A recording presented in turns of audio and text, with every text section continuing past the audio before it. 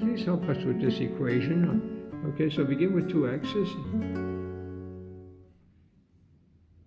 Okay, and then we need what? 1 more x plus the 4 constant. Okay, and all of that is equal to what? 4 x's plus what? Plus 1. Okay, so here you have to set off of the problem. So would you now try to simplify, please? What can you do? Why don't you use both hands for the legal moves, please?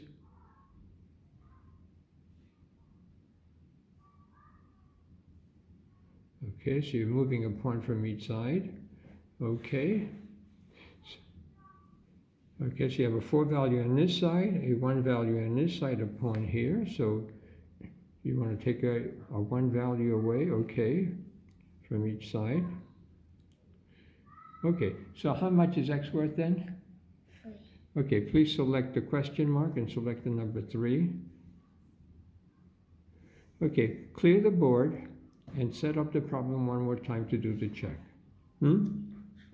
3, 6, 9,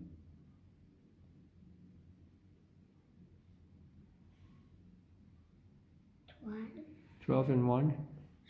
Okay, select the 13, please.